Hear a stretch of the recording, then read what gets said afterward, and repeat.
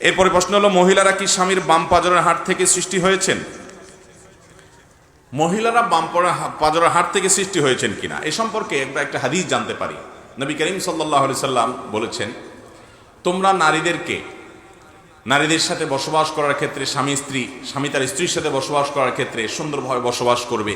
তারা ভুলটুল কিছু করলে নবী সাল্লাল্লাহু আলাইহি সাল্লাম তাদেরকে সংশোধন করার জন্য বলেছেন। কিন্তু বেশি সংশোধন করার চেষ্টা করা, অনেকে আছে একেবারে বেশি তেড়ামি করে, বেশি সোজা করতে চায়।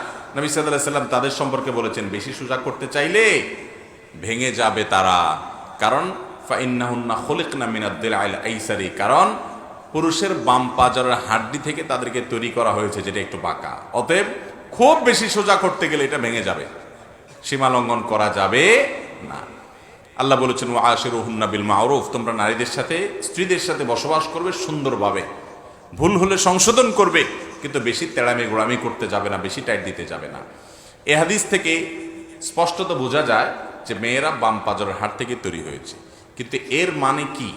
অনেকে মনে করেন এর মানে প্রত্যেক স্বামীর বাম পাজরের হাড় থেকে তার স্ত্রী তৈরি হয়েছে। এটা ভুল কথা, এটা সঠিক না। কারণ প্রথমত অনেক মহিলা আছে যাদের বিয়েই হয় নাই, তাহলে সে কোত্থেকে তৈরি হয়েছে? হতে পারে কি পারে না? অনেক মেয়ে আছে বিয়ে হয় না, দুনিয়া থেকে চলে গেছে, তাহলে মহিলা তৈরি হলো কোত্থেকে? তাহলে বাম পাজরের হাড় থেকে তৈরি হওয়ার কথাটা হাদিসে কোত্থেকে আসলো? এটার উত্তর হলো, আল্লাহ তাআলা প্রথম মানুষ তৈরি করেছেন আদম আলাইহিস সালামকে। তাকে কোত্থেকে তৈরি করেছেন? মাটি থেকে তৈরি করেছেন। মাটি থেকে তৈরি করার পর আদম আলাইহিস সালামের বাম পাজরের হাড় থেকে মা হাওয়াকে তৈরি করেছেন। তাহলে প্রথম নারী যিনি, তিনি তার স্বামীর বাম পাজরের হাড় থেকে তৈরি হয়েছেন। পৃথিবীর এরপরে সব মহিলারা স্বামীর বাম পাজরের হাড় থেকে তৈরি হয়েছে, ব্যাপারটা এরকম না। বিধায় ভুল ধারণা আমাদের ভাঙতে হবে। এরপরে প্রশ্ন হলো, হঠাৎ মৃত্যু থেকে বেঁচে থাকার আমল কি? নবী করিম সাল্লাল্লাহু আলাইহি সাল্লাম হঠাৎ মৃত্যু থেকে বেঁচে থাকার জন্য আল্লাহ তাআলার কাছে দোয়া করতেন। আল্লাহুম্মা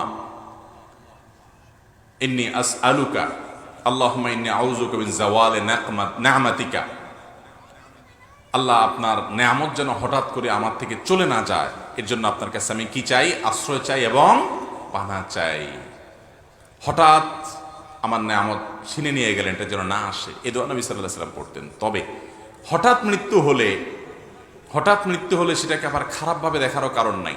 কেউ অ্যাক্সিডেন্টে মারা গেছে, পানিতে পড়ে ডুবে মারা গেছে, আগুনে পুড়ে মারা গেছে, কোন একটা বিপদে পড়া মারা গেছে, হঠাৎ মরে গেছে, এটাকে খারাপ মনে করার কোনো কারণ নাই। এটা নির্ভর করে ব্যক্তির আমল কি। নবী সাল্লাল্লাহু আলাইহি সাল্লাম বলেছেন, মাউতুল ফুজাআহ বা হঠাৎ মৃত্যু, আকস্মিক মৃত্যু, এটা ইমানদারের জন্য ভালো আর বেঈমানের জন্য খারাপ। ইমানদারের জন্য ভালো এই জন্য যে সে তো জান্নাতি, মানে মুত্তাকি জান্নাতি মানুষ, যে তার যদি হঠাৎ মৃত্যু হয়ে যায় তাহলে সে দুনিয়া থেকে হঠাৎ করে সে জান্নাতের নেয়ামতের মধ্যে ঢুকে গেল, এটা তার জন্য ভালো। আর যদি কেউ জাহান্নামী হয় তার জন্য হঠাৎ মৃত্যু খারাপ, কারণ সে হঠাৎ মৃত্যুর মাধ্যমে দুনিয়াতে যেটুকু নেয়ামত ভোগ করছিল সেটুকুও তার হাতছাড়া হয়ে গেল। এই জন্য হঠাৎ মৃত্যুটাকে আমরা গণহারে খারাপ মনে করার কোনো কারণ নাই। তবে হ্যাঁ, প্রস্তুতিমূলকভাবে দুনিয়া থেকে যেতে পারবো, আল্লাহর কাছে তওবা ইস্তেগফার করবো, দোয়া দরুদ করবো, সেই চেষ্টা একজন ইমানদারের থাকবে, সেটা ভিন্ন বিষয়। এরপর প্রশ্ন হলো, সিগারেট কোম্পানিতে চাকরি করা যাবে কিনা? সিগারেট কোম্পানিতে অথবা এমন কোনো প্রতিষ্ঠানে চাকরি করা জায়েজ হবে না যে প্রতিষ্ঠান হারাম জিনিস প্রোডাকশন করে। আপনি সেখানে কাজ করতেছেন, সেটা তৈরি করাতে আপনার শ্রম দিচ্ছেন, তাহলে আপনি অন্যায় কাজে সহযোগিতা করছেন। আল্লাহ বলেছেন সূরা মায়েদার 2 নম্বর আয়াতে, তাআবানু আলাল বিররি ওয়াত তাকওয়া ওয়ালা তাআবানু আলাল ইসমি ওয়াল উদওয়ান। তোমরা ভালো এবং তাকওয়ার কাজে একে অন্যের সহযোগিতা করো, পাপ এবং সীমালঙ্ঘনের কাজে একে অন্যের সহযোগিতা করবা।